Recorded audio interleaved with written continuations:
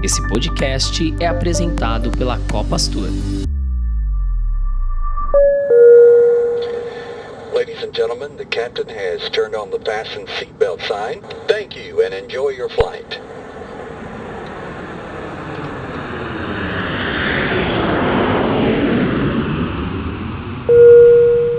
Olá, sejam todos bem-vindos ao voo 015 do Saída de Emergência. Eu sou Daniel Amorim. Eu sou Renata Garcia. E juntos vamos conduzi-los no bate-papo de hoje. Tripulantes, microfones em automático. Estamos no Setembro Amarelo e, diferente dos outros anos, essa não é apenas mais uma campanha de esclarecimento sobre depressão e suicídio. O Brasil é o segundo maior país com depressivos das Américas, com uma média de 12 mil mortes por ano, ficando atrás somente dos Estados Unidos. Nós do Saída de Emergência não poderíamos deixar de abordar esse tema tão essencial e igualmente difícil, mas queremos fazê-lo de forma leve e nossa intenção genuína no final desse episódio é que cada um dos nossos ouvintes tenha ainda mais apreço pela vida. Queremos falar sobre a valorização da vida e, para isso, vamos iniciar nosso bate-papo junto aos nossos convidados de hoje. Isso aí, Dani. Obrigada pela introdução. E hoje, no nosso bate-papo, a gente vai ter pessoas, convidados que têm lugar de fala, seja através da sua experiência e superação pessoal ou através da experiência profissional, como é o caso do doutor André, ou do André, que é psiquiatra com mais de 26 anos de experiência clínica. E André, ou doutor André, a primeira pergunta vai para você. O senso comum, ele pode ser muito cruel, às vezes, nos comentários e colocações sobre depressão. A gente escuta muito comentários do tipo, isso é drama, é para chamar atenção, ou isso é falta de Deus, é frescura. E também é muito difícil distinguir a diferença entre uma tristeza profunda, melancolia e depressão. Doutor André, qual que é o momento que a gente precisa procurar ajuda profissional? Então, na verdade, de fato, é bem difícil fazer essa distinção, entre a tristeza normal e a tristeza patológica ou depressão. Na verdade, assim, dois critérios, os critérios que são mais relevantes hoje, seriam as alterações do estado de humor, vamos chamar de polarização de humor, ou seja, o indivíduo está angustiado, chateado, num polo depressivo, vamos dizer, mais permanente, na maior parte do tempo, durante pelo menos um período mínimo de 2 semanas. Além do humor, a queda de energia. A queda de energia é outro sintoma, vamos dizer, super importante nessa distinção. Então, quando a gente fala de depressão, a gente fala principalmente de intensidade e duração, ou seja, a intensidade da queda do estado de humor e a intensidade da queda da disposição, dessa energia vital para fazer as coisas. Geralmente, ela está muito baixa por um período de semanas já. E aí é o momento, talvez, mais importante para buscar ajuda. Legal. Continuando então aqui o nosso bate-papo, vou apresentar a todos aí também o Fernando Souza, 37 anos, casado e supervisor do time de Smart Saving da Copastor. Fê, seja muito bem-vindo ao Saída de Emergência. E aqui, para começar já o nosso bate-papo com você, eu queria que você compartilhasse um pouquinho da sua história e o ponto que te levou à depressão. Vamos lá. É bem o que o doutor falou, eu creio que foi um mix de sentimentos e acontecimentos, Ele acompanha também uma série de ocorridos. Profissionalmente, eu não queria ser supervisor. Na verdade, eu nunca quis, justamente porque eu já havia vivenciado isso em outras agências. E acabou acontecendo, naturalmente, isso na Copastor. Então, e assim, o que houve? No dia seguinte da minha promoção, uma terça-feira, meu pai estava em tratamento de câncer e ele foi para a UTI, num estado bem grave. e o médico, ele disse que ele tinha que reagir naquelas 24 horas, né? Ele entrou com uma sepse lá no hospital. Na mesma semana, então, na segunda eu tinha sido promovido, na terça meu pai na UTI, no domingo a minha mãe infartou. E acabou que eu tinha acabado de voltar de férias, então a minha promoção, eu estava voltando de férias, e aí meu posto de trabalho havia sido alterado. Só que nessas férias eu tinha tomado, né, eu e minha esposa, tomado a decisão de encarar um novo tratamento para ela, que no ano anterior ela tinha sido diagnosticada com esclerose múltipla. O ano passou, tudo passou, e talvez o doutor saiba explicar um pouquinho melhor, mas veio uma fadiga enorme, um sentimento de impotência tomou conta assim de mim, um fardo, um peso mesmo, era difícil sair da cama. E eu não queria também ver a luz do dia, eu encobria meu rosto, eu ia no banco de trás do carro, a minha esposa dirigia até a Copastor, eu me cobria e eu só saía para ver a luz, assim, realmente no estacionamento. Então, eu acho que, por isso que eu coloquei no início, né, que é um mix de sentimentos e acontecimentos, né? Então, não é só o que eu senti, mas qual era o contexto, né, daquele momento todo. Primeiramente, eu fui diagnosticado como uma síndrome de burnout, né, que é conhecido como um esgotamento físico e mental, mas é mais ligado na área profissional. E é importante falar que, mesmo eu entregando bem o trabalho, eu tinha em mente que eu estava comprometendo não apenas a minha saúde, mas também a saúde da minha equipe. E aí foi nesse momento que eu decidi parar. Porque às vezes por nós mesmos, a gente quer continuar, né? Mas quando afeta os outros, às vezes a gente pensa mais nos outros do que na gente. Então, a história é um pouquinho essa, e o que levou à depressão, talvez o doutor saiba explicar um pouquinho melhor, mas eu dei um pouco do contexto, e foi a partir daí que eu tomei a decisão de parar. É interessante aí, né, como ele coloca, né, a queda de energia, fadiga muito forte, né, alguns acontecimentos anteriores, né, antecedentes, como possíveis gatilhos, ou às vezes até um acúmulo de estresses, né, desde acontecimentos até um estresse natural.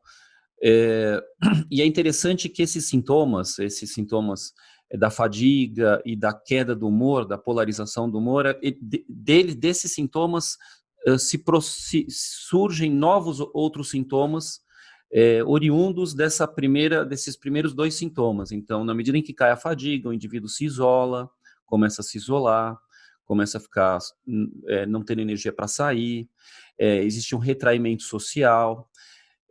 Ao mesmo tempo, com a polarização do humor, podem surgir ideias de ruína, ideias de culpa, ideias até de morte. Geralmente essas ideias são ideias de eu quero sumir, não aguento mais, eu preciso desaparecer, né? Quer dizer, elas são ideias não suicidas, mas ideias de não estar mais aqui, né?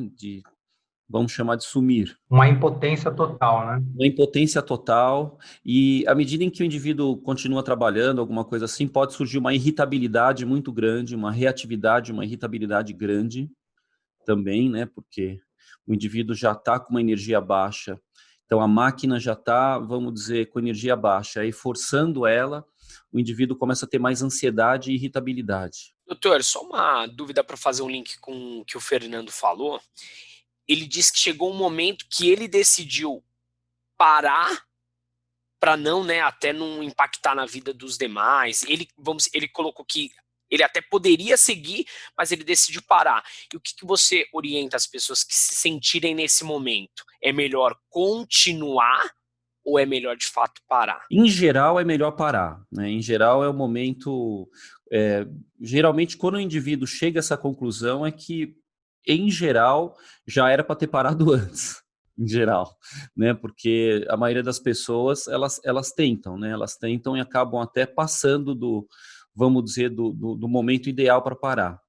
Então, quando elas decidem, já era para ter parado.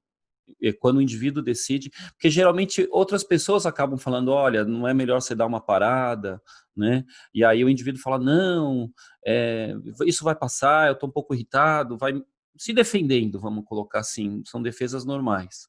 Mas quando o indivíduo sente que não dá, é melhor parar mesmo, né?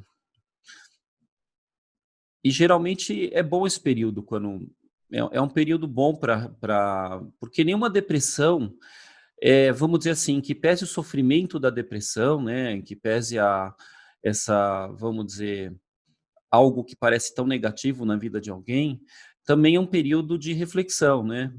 Vamos dizer, o tratamento de uma depressão, tratamento no sentido mais humanizado, né, mais dentro do polo do indivíduo, é geralmente um processo de reflexão em relação à vida, e às vezes pode ser a fonte de boas mudanças. Bom, doutor André, eu anotei uma coisa que você falou no começo com relação à intensidade e duração, né? E com esse gancho, eu vou apresentar a nossa última convidada, que é minha colega de trabalho também, a Cris.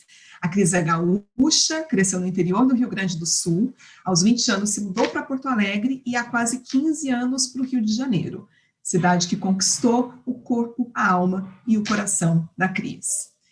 Cris, qual que foi o momento mais difícil no seu processo? Você chegou ao ponto de perder a razão ou de ficar apática à sua vida ou à sua forma de viver? Você pode compartilhar um pouco disso com a gente? Um dia, bem, eu não sei definir assim o momento mais difícil. Tiveram alguns momentos. Eu acho que, na verdade, eu tive 2 episódios muito fortes na minha vida, um quando eu tinha 15 anos e um outro quando eu tinha 20. E na verdade, ouvindo o que o Fernando falou, comigo aconteceu um pouco diferente, porque o que aconteceu deu assim o estopim para mim foi quando eu, com 20 anos, eu casei, e um mês depois que eu tinha casado, a gente descobriu que meu marido tinha um câncer, e aí ele fez esse tratamento e 6 meses depois ele faleceu. E diferente do Fernando, eu lembro assim que durante o tratamento do meu marido, eu o acompanhei de perto o tempo todo, eu fiquei com ele no hospital, enfim, eu estava com ele o tempo todo. E aí eu lembro que quando ele faleceu, é uma frase que eu tenho muito forte para mim, assim, que eu ouvia muitas pessoas me falarem que eu era muito forte, que eu ia ficar bem, e essa coisa de você é forte. E isso não foi uma coisa que na época eu nem pensava nisso. Hoje, quando eu penso, porque isso faz 28 anos que isso aconteceu, eu meio que assumi para mim que eu era forte, que eu tinha que ser forte, que eu não podia, em momento algum, pedir ajuda para ninguém. E aí eu tomei isso para mim, não, eu sou forte, só que chegou uma hora que era uma dor que eu não estava mais conseguindo administrar. E, na verdade, a única coisa que eu queria era parar de sentir aquela dor. E eu não me sentia à vontade de pedir ajuda a ninguém. Eu não conseguia pedir ajuda para ninguém. E se você é forte, você não precisa da ajuda de ninguém. E aí eu que é uma coisa que eu falo, assim, que as pessoas... Eu não estudo, não tenho nada, minha relação com o suicídio é a minha experiência e o que eu passei a ler. Mas eu faço muito uma relação, assim, de que eu acho que a gente não desiste de viver, a gente cansa de sofrer. E para mim a única coisa que eu queria era encontrar um lugar para parar de sentir, de sofrer. Eu não suportava mais aquela dor. Então, quando eu tentei o suicídio, eu não desisti de viver. O que eu estava buscando era um lugar de conforto. Eu não suportava mais a dor que eu estava sentindo. Então, eu trago muito isso, é um questionamento que eu faço muito, assim, será que a pessoa, quando ela comete o suicídio, eu não acho que a gente não queira mais viver. Eu acho que a gente fica nesse lugar de que você não aguenta mais aquilo. Claro, cada pessoa tem os seus motivos, as suas razões, mas assim, você não encontra mais um espaço, você não consegue mais lidar. No meu caso, isso, eu não aguentava mais, era uma dor que eu não tinha remédio, eu não me sentia, eu não tinha coragem de pedir ajuda para ninguém, porque eu era forte, né? Como que uma pessoa forte vai entrar nesse lugar aí de pedir ajuda? Então, talvez esse tenha sido um dos momentos mais difíceis, porque não foi só esse, é todo um processo, como eu falei, isso aconteceu há 28 anos. E uma outra coisa que eu fiz, que eu acho que é uma outra coisa muito difícil, foi pegar tudo isso, trancar numa gaveta, jogar fora a chave e achar que tudo estava resolvido. Ou seja, eu tentei o suicídio e mesmo depois disso, eu lembro que na época meu pai veio falar comigo, conversar e tal, e eu na época não quis fazer terapia, porque assim, isso entrava naquele lugar assim, quem faz terapia é maluco, e eu não era louca, eu não queria estar nesse lugar de doida, é uma coisa bizarra, né? Porque você tenta o suicídio, você não é louca, mas você não quer fazer um tratamento com uma terapeuta. É muito doido isso. E o que eu fiz, para mim, assim, o segundo momento mais difícil para mim foi quando eu reconheci isso, entendi, porque daí eu atingi um outro nível, uma outra situação que aconteceu na minha vida. E aí eu lembro que nessa época eu já fazia terapia, foi quando eu recomecei terapia, e isso foi quase 20 anos depois, e eu estava muito triste, e eu lembro de falar claramente para minha terapeuta, assim, o meu maior medo é de sentir a tristeza que eu senti lá atrás quando eu tentei o suicídio. Era meu maior medo, meu maior pânico, assim, porque eu estava passando de novo por um período de uma tristeza muito profunda e eu não queria sentir aquilo lá de novo.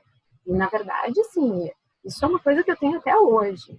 É um medo que eu tenho, e que daí, claro, vieram outros processos, mas o meu medo hoje é isso. Eu tenho muito medo de chegar naquele lugar, de sentir uma tristeza que eu não saiba mais para onde ir. É desesperador voltar para esse lugar, né, da tristeza, dessa tristeza sem saída, assim, né, de você entrar naquele estado. Só a lembrança disso já deve ser angustiante, né, assim, lembrar desse lugar, né, de desesperança total, né, eu imagino. Muito. E só uma coisinha, nesse primeiro episódio, nessa primeira situação, o seu luto em relação ao falecimento do marido, não passou. Ele foi um luto que perdurou. Muitos anos.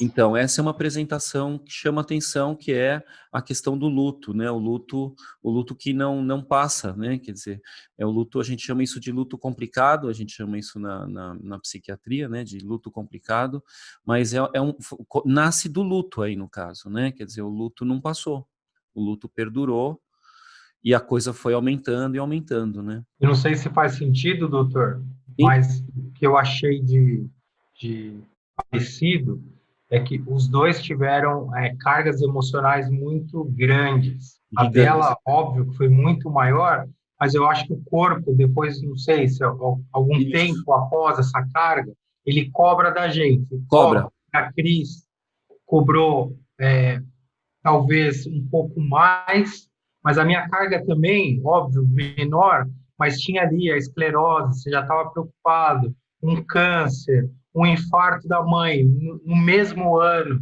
aí culminou, eu acho que depois de 6 meses, não sei qual que é o limite, mas nessa fadiga, nesse esgotamento aí. Não sei se faz É, sentido isso. não, faz todo sentido. Essa é uma apresentação, né, o esgotamento absoluto, né, a fadiga total, como também, né, o corpo cobra às vezes através de ataques de ansiedade. Então, de repente, se aguentou mais ou menos bem naquele período, Uhum. você aguentou, mas depois de 6 meses você começa a ter, vamos colocar, ataques de pânico, né? Você começa, entre aspas, a panicar, né, depois de um período de meses que você suportou um monte de experiências pesadas. Então, a apresentação através de ataques de pânico, ou de, vamos chamar assim, de uma piora da ansiedade, ela também é super frequente, né? E muitas vezes é a apresentação inicial do próprio quadro depressivo.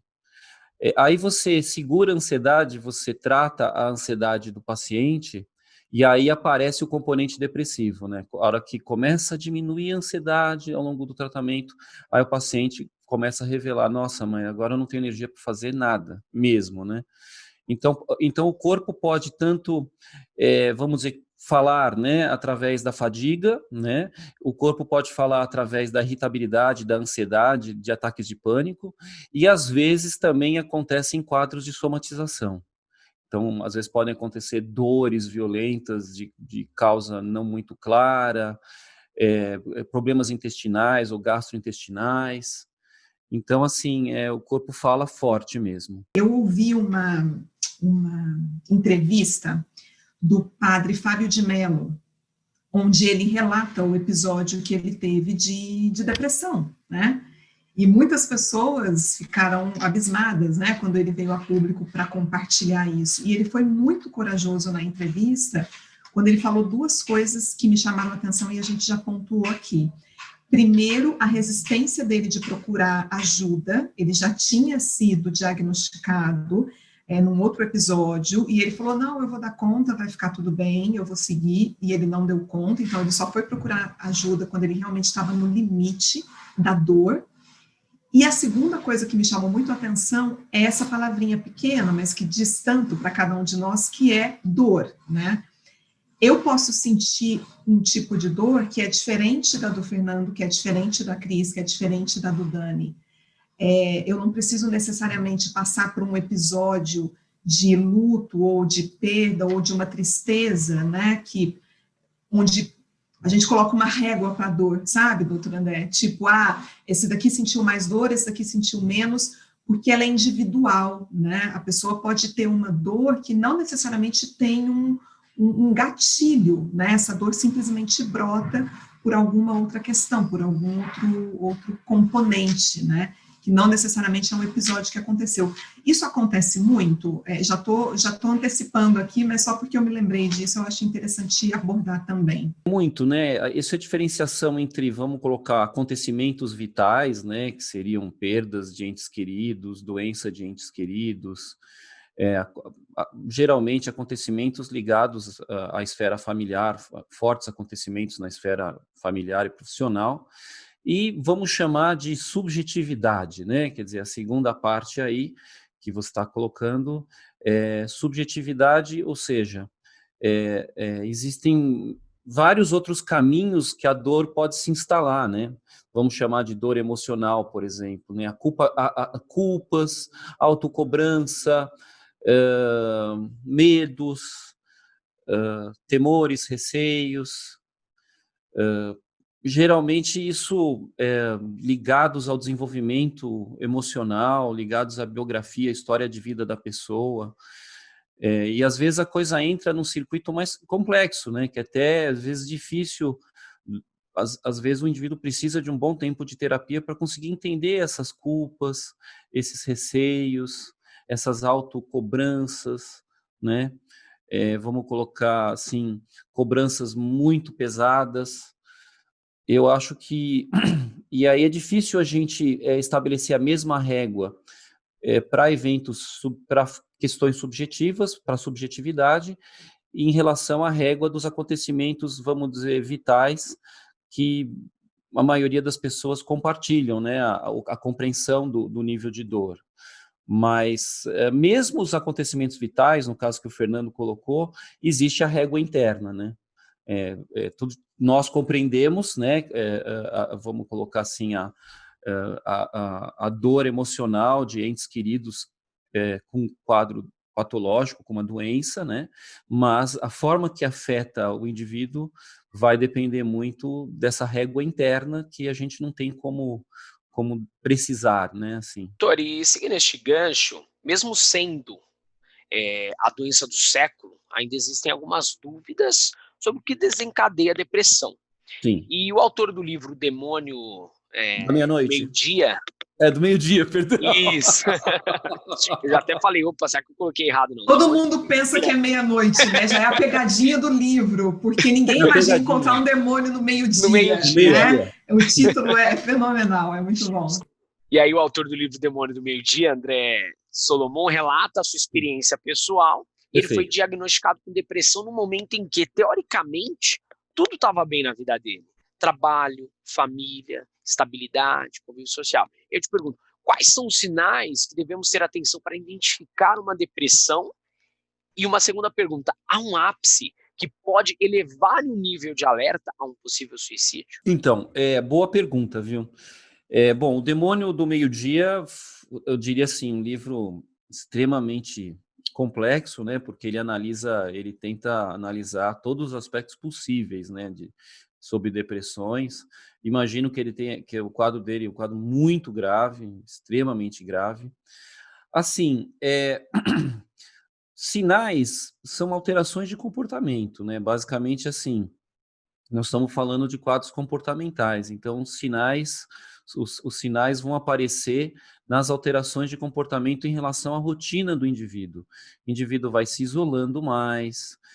Você, sei lá, no trabalho você percebe, nossa, esse cara aqui está muito quieto, ele não é assim, né? Você vai começando a perceber alterações de comportamento, principalmente no início, né? A energia, a disposição, né? A energia para fazer as coisas cai muito. Muitas vezes as pessoas conseguem, vamos dizer, não demonstrar, né, a queda de humor, mas elas podem ir ficando mais irritadas, mais nervosas, mais reativas. Então, assim, os sintomas, eles vão começar primeiro com questões ligadas a, vamos dizer, alterações do comportamento. O indivíduo se isola, a energia dele diminui, ele fica mais quieto. E disso vão derivar sintomas, vamos dizer, mais internos, mais psíquicos. Então, começam as ideias de ruína, começa a ter aquele negativismo todo, que as coisas não vão dar certo, na minha vida tudo dá errado. Tem a questão da culpa, né? A culpa em relação ao que tenha feito. Então, e existe um momento, né? Um momento quando você começa a ficar, vamos dizer, preocupado, né? Por exemplo, quando o psiquiatra começa a ficar preocupado, é que as coisas realmente estão extremamente preocupantes, eu diria, né? Mas ideações de ruína muito fortes, quando a gente percebe que, assim, só transita no mundo mental da pessoa ideias muito negativas, um nível de culpa, às vezes, muito grande, um nível de isolamento cada vez maior, o indivíduo começa a não sair do quarto, às vezes não sai da cama, não toma mais banho. Então, a gente já começa a ficar preocupado, né? O indivíduo não está respondendo, às vezes você começa um tratamento, ele não responde direito, você tem que trocar, às vezes, a medicação. Então, você começa a ficar preocupado, o cara está isolado, o cara realmente, assim, a mente dele é um ninho de gafanhotos de coisas negativas, ele começa a ficar cada vez mais quieto, então você já começa aí a ficar bastante preocupado, assim. Às vezes o paciente, não na maioria das vezes, revela algum planejamento, né, que ele está pensando, que ele já não aguenta mais. Tem sempre a questão do eu não aguento mais, eu não estou aguentando mais. Às vezes ele pode revelar um planejamento, mas muitas vezes não. Aí esse que é o problema. Porque, às vezes o indivíduo está planejando algo, você está sentindo que a coisa está começando a ficar fora do controle e e ele não fala, né? Ele não fala. É muito importante, eu diria que é vital aí a aliança com a família. Se você tiver entes queridos próximos ou amigos, vale o que for, né?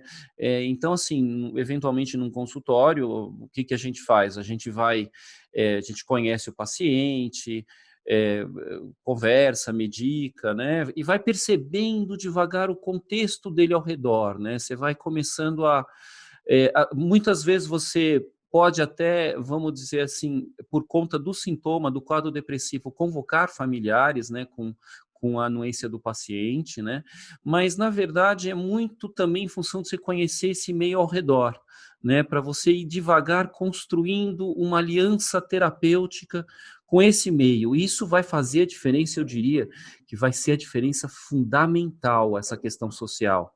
Então, se você consegue se aliar com essa família, se você consegue motivar a família a ficar próximo, né, a dar atenção para esse paciente, etc., você aí consegue melhorar muito a sua qualidade de ajuda. E às vezes o indivíduo não tem essa família tão próxima, às vezes é um cônjuge, às vezes são grupos de amigos. Eu já cheguei a convocar no consultório grupos de amigos para a gente conversar, para a gente tentar construir essa aliança. Então vale tudo aí, né? E nesse momento que você costurou, que você fez essa aliança, aí é o momento que você começa a ter um pouquinho mais de segurança no tratamento, né? Mas tem um ponto que nós ficamos muito, como profissionais, ficamos muito preocupados, e é o momento que o indivíduo, vamos dizer assim, está tendo muita ideia de ruína, e muitas vezes, gente, olha uma coisa interessante, às vezes não é o momento que ele está em torpor total, não é o momento que ele está na cama sem tomar banho, sem fazer nada. Porque às vezes nesse momento ele não tem, vamos dizer, driving force, ele não tem força, né, para fazer o suicídio, né, para cometer o suicídio. Geralmente é quando o indivíduo está numa fase intermediária, que ele ainda tem, vamos dizer, alguma disposição motora. Ele tem alguma disposição motora. Muitas vezes isso também acontece quando ele tem uma leve melhora inicial de uma fase mais grave. Ele estava na cama, estava em torpor total, e aí de repente ele começou a melhorar, mas ainda está super negativo, mas já consegue sair e fazer algumas coisas. Ele muitas vezes nesse momento é perigoso. É um momento que a gente tem que intervir, porque ele deu uma melhorada, mas ele já está, vamos dizer, com capacidades, vamos dizer, motoras para fazer alguma coisa, ele já está conseguindo ter alguma energia, mas o pensamento está muito negativo. Muito bom, doutor André, ter uma rede de apoio é fundamental mesmo, né, nesses momentos. Cris, e é fundamental o profissional construir ajudar a construir essa rede. Eu acho que não basta o psiquiatra medicar, nem o terapeuta, vamos dizer, ficar só no consultório com o paciente. Quando perceber, é o momento de tentar construir essa rede. Sem dúvida, sem dúvida. E é importante o psiquiatra ter essa sensibilidade também, né, doutor André? Muito importante essa sensibilidade. E se envolver, claro que dentro dos limites, né, mas visando mesmo a melhora do paciente, né, entendendo esse ser integral, né, que tem tanto o tratamento com o medicamento, a gente vai falar sobre isso também, que é super importante, mas também o que complementa esse tratamento, né, que é essa rede de apoio. Inclusive as questões econômicas do tratamento. Eu acho que chega um momento que você fala assim, olha, eu prefiro ver esse paciente mais vezes, ou ver todo dia, ou ver dia sim, dia não. Eu prefiro aumentar o meu contato, mesmo que ele não me pague, porque esse caso é muito grave. Quer dizer, nós estamos numa situação humana. Aí é aquela questão que não é o dinheiro, entendeu? Não tem essa questão do dinheiro. A gente vai tentar segurar isso de algum jeito, né? Eu acho muito importante o profissional se despojar dessa questão material. Eu acho que todo mundo merece ganhar o que trabalha, todo mundo tem o seu valor, mas nessa situação, eu acho que o profissional tem que abrir mão, se tiver uma limitação financeira, eu acho que é o momento de abrir mão e de falar, não, você vem aqui, dia sim, dia não, vamos aumentar esse contato, etc., porque você vai estar fazendo um bem muito maior, né? E aí não tem preço isso daí, gente. Então, mas eu acho que precisa dessa sensibilidade em vários aspectos mesmo. Doutor André, e como você mesmo disse, os estudos mostram, né, que cultivar relacionamentos faz bem para a saúde mesmo, né? A sociedade constitui o ser humano do início ao fim da sua vida, né? E relacionar-se com outras pessoas é uma necessidade constante para o bem-estar psíquico e também físico. Cris, eu queria fazer essa pergunta para você. Você teve alguma pessoa importante no teu processo, durante o teu tratamento, né? Você conseguiu construir essa rede de apoio? Conta um pouco para a gente, tendo em vista aí o que o doutor André falou, como foi o papel das pessoas que estavam na sua vida nesse momento? Na verdade,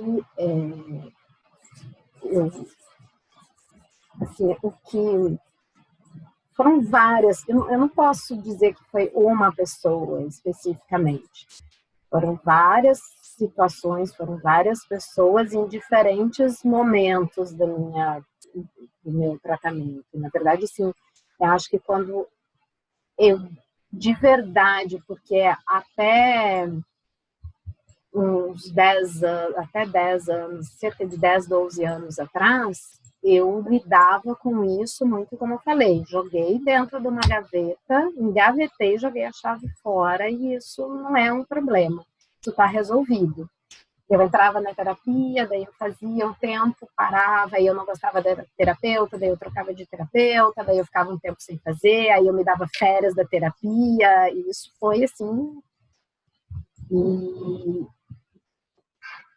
eu tenho o meu sobrinho mais velho, quando nasceu, meio que me deu um start, assim, que eu comecei a olhar para a vida de uma outra forma, e a gente meio que estabeleceu uma conexão muito forte com ele. E aí, a partir disso, vieram várias coisas, assim, mas eu acho que, na verdade, a pessoa mais importante do meu tratamento todo fui eu mesma. Eu acho que foi eu olhar para mim e reconhecer, eu não vou dar conta disso sozinha e eu vou acabar fazendo talvez a mesma coisa que eu já tentei lá atrás. E aí eu comecei eu acho que eu acredito muito nessa coisa que o universo conspira, né? E começaram a aparecer pessoas na minha vida, assim, gente que eu não conhecia mesmo.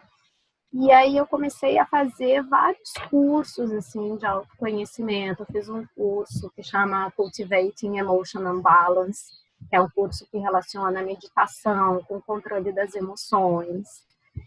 Todos eles voltados para isso e, em paralelo, eu comecei a fazer a terapia. Refazer, mas aí fazer de um jeito mais honesto comigo mesmo, vamos dizer assim. E aí, especialmente, porque eu acho assim, é que nem eu falo com a minha terapeuta, quando eu tô na terapia, é eu e ela, é a minha... é o que eu tô falando e o que ela tá me trazendo.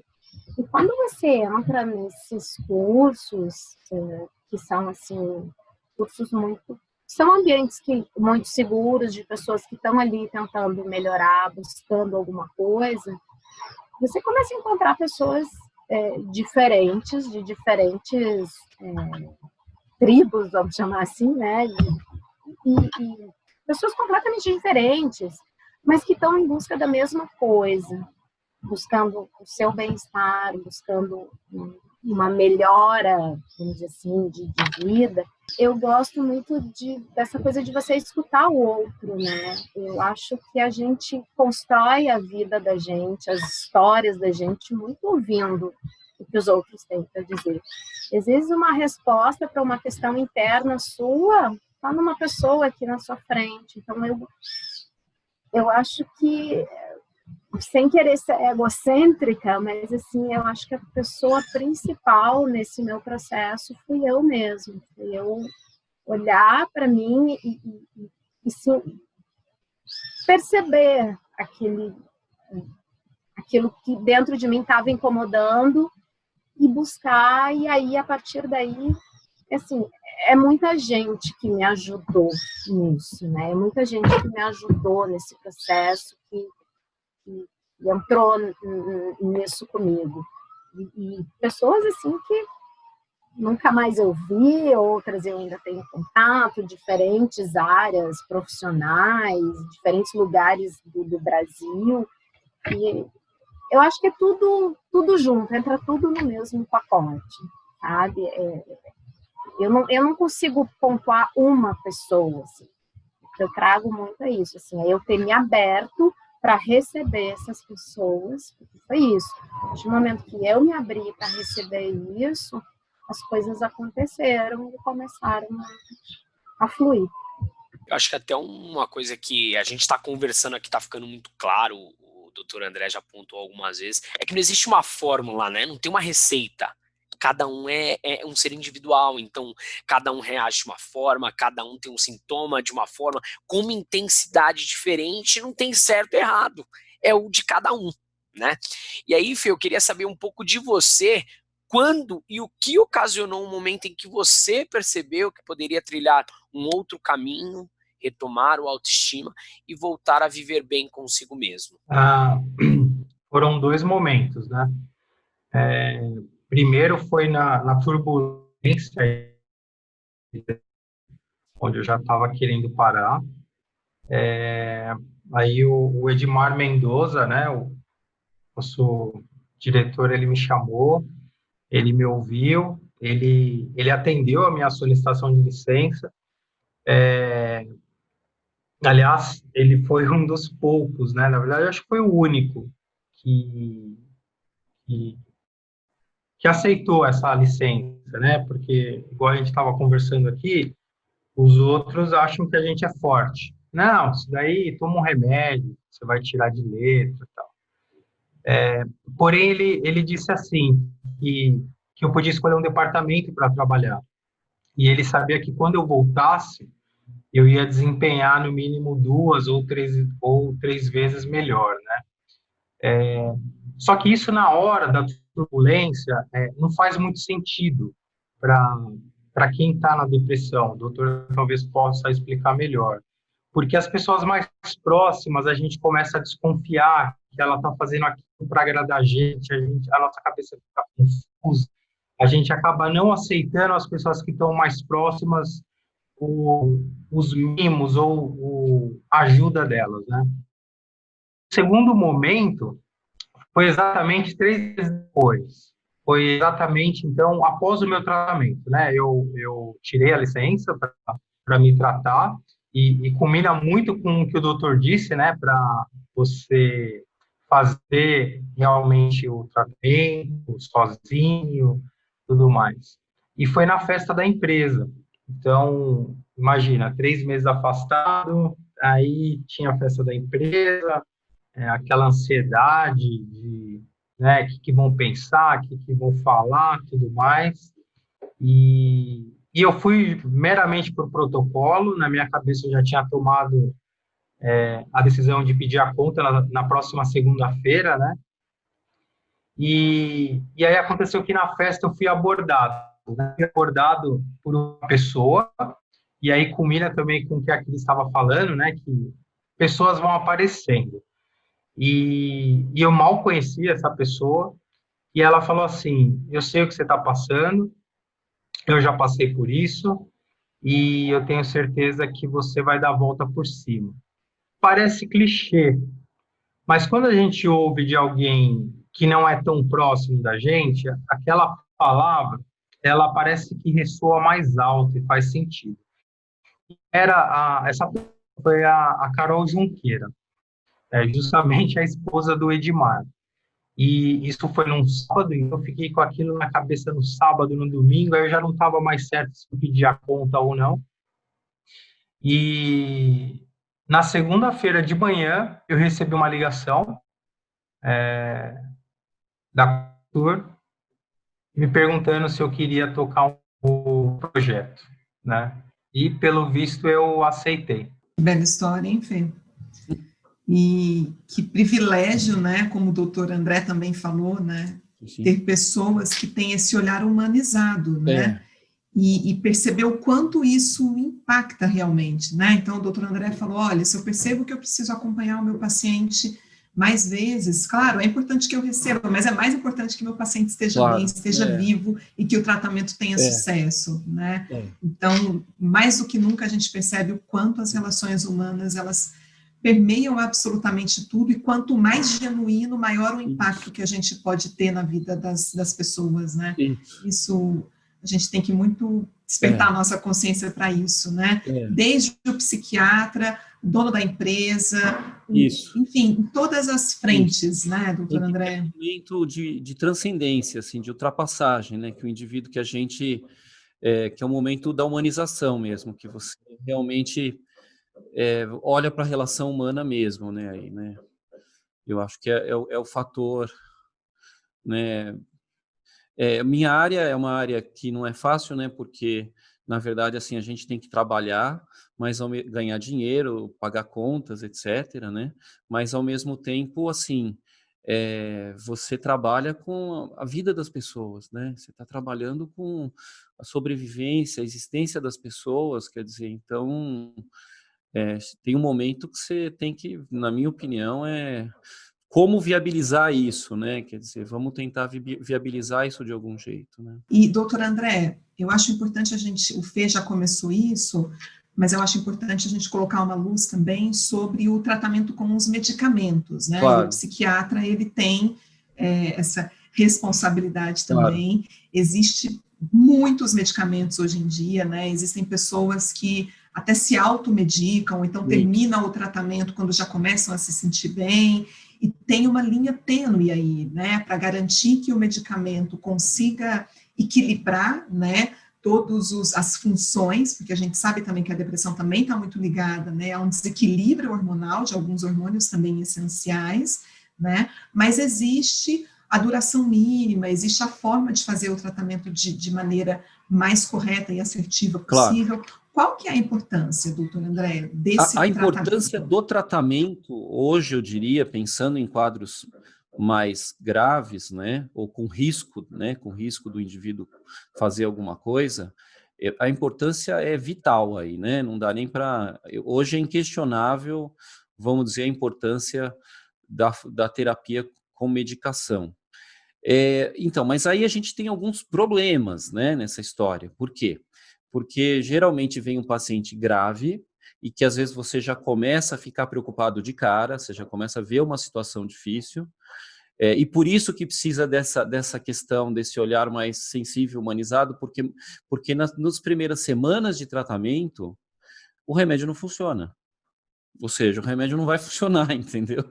Então, assim, é aí que você tem que tentar construir vínculo, né? Construir um vínculo sólido. Muitas vezes é um momento, já começa de cara nesse momento inicial, essa situação que você tem que se aliar à família, que você, de repente, tenta começar a se aproximar devagar do paciente. Alguns pacientes não aceitam essa aproximação, então você tem que tatear, porque o ser humano também se defende, né? Então você tem que, às vezes, entrar devagar, conseguir chegar. Às vezes o paciente já tem um terapeuta, então você telefona para esse terapeuta, conversa com o terapeuta, tenta fazer também uma ligação com esse terapeuta. Então o problema maior é que nessas 3 primeiras semanas, pelo menos de 2 a 3 semanas iniciais, a gente não tem praticamente efeito clínico algum, né? Agora, medicado o paciente, existem alguns critérios na escolha do remédio, né? Então, depressões que têm mais ansiedade, você vai optar por alguns tipos de medicação. Depressões que têm um componente que o indivíduo não sai da cama, a energia é muito baixa, você pode eleger outras medicações. Então, assim, existem várias medicações dependendo da apresentação do paciente. Bom, a taxa de resposta, numa primeira tentativa com medicação, também tem esse problema. Às vezes você está fazendo tudo certo, mas o remédio não funciona. Às vezes esse primeiro remédio o paciente tem uma reação ruim, o corpo dele não aceita, ele tem muitos efeitos colaterais com esse remédio, então você tem que trocar a medicação. Isso também é um outro problema que pode passar das 3 para as 4 para 5 semanas. Então você percebe como é importante a presença do profissional aí, porque nessas primeiras semanas, muitas vezes a primeira medicação não responde. Mas geralmente a taxa de resposta oscila entre 65% a 70%. Ou seja, primeira medicação que você vai, primeira tentativa com antidepressivo, você tem uma chance de 65% a 70% de você ter um benefício, ter uma melhora pelo remédio também, vamos chamar assim. Aí, a tendência, pelo menos assim que a gente vê das sociedades do mundo acadêmico, né, é estender o prazo de manutenção da medicação. Então, assim, hoje a gente já pensa em prazos de 1 ano, pelo menos, né? Pelo menos 1 ano tomando a medicação. Esse prazo era menor há um tempo atrás, esse prazo era de 6 meses, agora a gente está num prazo maior. Se não for o primeiro quadro, a gente pode pensar em até mais que 1 ano, se de repente esse indivíduo teve outro quadro depressivo há 2, 3 anos atrás, então você vai pensar em deixar essa medicação por mais tempo. E muitas vezes, se o quadro é muito grave, né, se o quadro é muito grave, também você pode pensar em deixar por mais tempo. Outra coisa, às vezes o indivíduo também não tem uma rede de apoio boa, né? Quer dizer, então, na verdade, assim, se você sentir que a rede de apoio, a situação, o contexto é precário, também você pode pensar em deixar esse remédio mais tempo. Mas, pelo menos 1 ano, eu diria que hoje se pensa num prazo pelo menos de 1 ano, né? Para depois você tirar o remédio devagar e tentar ver como está sendo o ajuste do paciente sem a medicação. E aproveitando esse gancho, aí que está o perigo também de se automedicar, né? Porque quando a pessoa vem automedicada, o remédio novo, ele vai fazer um efeito ainda mais demorado, porque tem o desmame ainda, né? Então, está bem ligado ao que a Renata falou no início e o que o senhor está terminando de falar agora. É muito perigoso, né? A automedicação, a gente sabe que tem a venda no mercado paralelo, o pessoal chama até de SOS, usa só quando tiver no pico, mas é muito perigoso. Bastante perigoso, realmente não se recomenda, né? Porque no fundo são substâncias químicas, psicotrópicos, né, que agem no cérebro. É melhor sempre com uma orientação profissional, né? Mas hoje, realmente, o acesso, vamos dizer, as pessoas acabam tendo algum acesso a tudo, né? E a informação está completamente difundida, né? Então, as pessoas, muitas vezes, infelizmente, se automedicam, né? Fê, e hoje? Quanto sua vida mudou com todo esse processo? Como foi se conhecer melhor e extrair mais potencial de si mesmo? Foi um marco, né? É um marco na minha vida. Antes, ser protagonista da minha vida não fazia muito sentido. Era uma falsa, eu digo assim, ilusão. Hoje eu consigo expor as minhas ideias, as minhas opiniões, e ao mesmo tempo executar ela. Principalmente no que eu estou fazendo profissionalmente. Hoje eu posso dizer que eu achei a minha praia. Talvez o doutor consiga ilustrar melhor como que a gente melhora, né, nesse processo, achando algo que gosta de fazer, ou algo que estava retraído e você fala assim, não, faz alguma coisa que você gosta. Eu lembro de uma terapia que eu fui e foi feita a seguinte questão para mim, né? O que você tem vontade, assim, de fazer? O que te deixa feliz? E eu não sabia responder. Eu acho que foi um momento bem marcante, assim.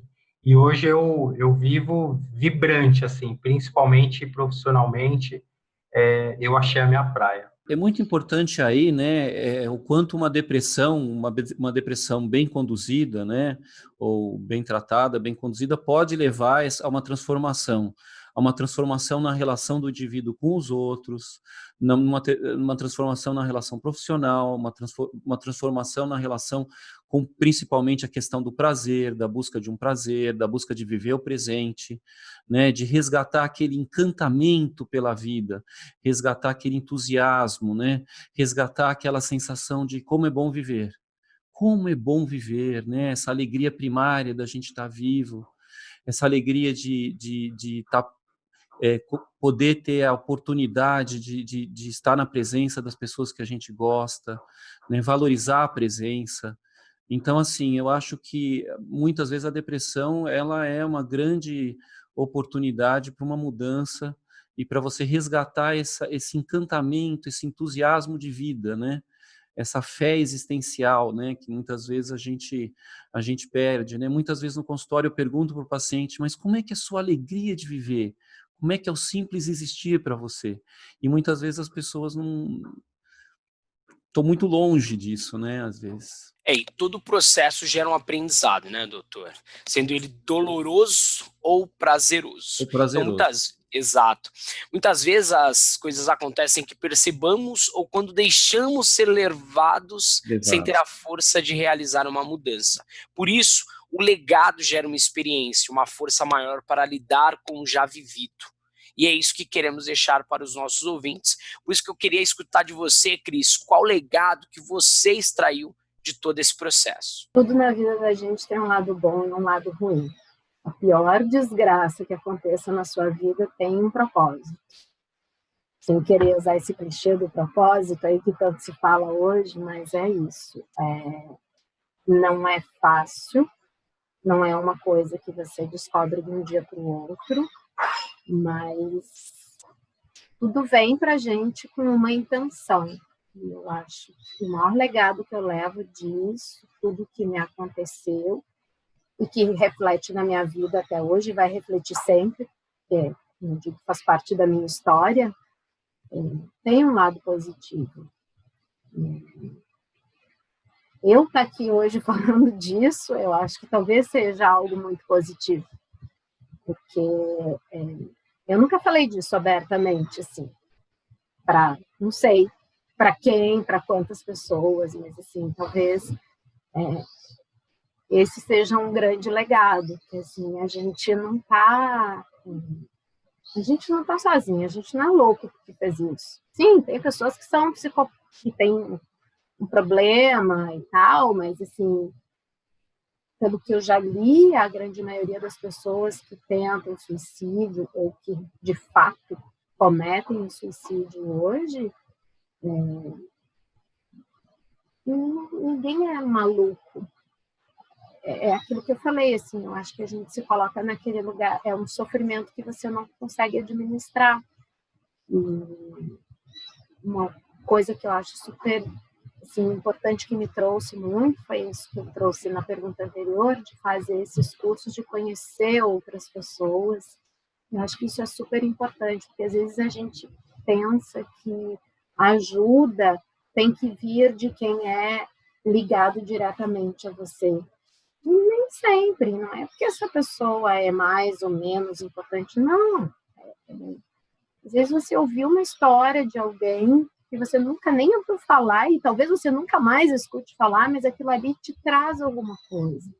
Eu acho que o grande legado que eu trago de tudo isso para mim é isso. Existe sempre um lado positivo. Demora. Eu costumo dizer, eu sou uma pessoa que os meus processos são todos muito lentos. Eu não sou uma pessoa que processa as coisas assim. Eu demoro. E hoje eu já reconheci isso. Assim, tudo bem que eu não tenha a mesma velocidade que você, que A, que B, ou que C. Cada pessoa tem o seu time. E essa coisa de você ser mais genuíno com você é uma coisa que eu ainda venho aprendendo, ainda falta muito, porque eu vira e mexe, eu me pego lá me dando as minhas chicotadas, mas assim, eu já consigo reconhecer isso, para mim já é um grande passo. Quando eu vou me dar a chicotada, hoje eu já consigo olhar e parar e falar assim, opa, por que você vai fazer isso? Então, para mim, o maior legado é esse. Tem as coisas, são boas, são ruins, mas elas vêm com um propósito. E é aquela história, né? Não é...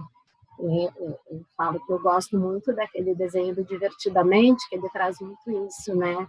A gente precisa da tristeza para ter alegria. Então, eu gosto muito dessa relação. Não existe alegria sem tristeza, nem tristeza sem alegria. Muito bem, pessoal. A gente está caminhando para o final do nosso podcast. Mas antes do encerramento, eu gostaria de agradecer demais a participação dos nossos convidados. Doutor André Iorio, muito obrigada pelo seu tempo, pelas suas palavras, pelos seus esclarecimentos. Fernando e Cris, muito obrigada por terem optado por estar aqui com a gente, ter tido a coragem de compartilhar e de abrir o coração e de compartilhar com tantas pessoas as histórias de vocês. As dicas foram valiosas e fica aqui o meu agradecimento para todos. Bem, algumas pessoas conseguem controlar a depressão e outras lutam bravamente entre altos e baixos. Afinal, o oposto da depressão não é felicidade, mas sim vitalidade. O autor do livro Demônio do Meio-Dia, o André Solomon, ele diz que, apesar de odiar as sensações destrutivas e os impulsos suicidas, são eles que o fazem olhar a vida de um modo mais profundo e descobrir razões para viver e coisas para se agarrar a essas razões para se viver. O Saída de Emergência espera que esse bate-papo te inspire e mostre que sempre há uma saída em vida para os problemas e para a dor. E se você não está percebendo isso, chegou a hora de buscar ajuda. Esperamos que esse conteúdo tenha agradado a todos os nossos viajantes. Chegamos ao fim do nosso voo e não saia da janela. Aguarde os próximos podcasts. Muito obrigada.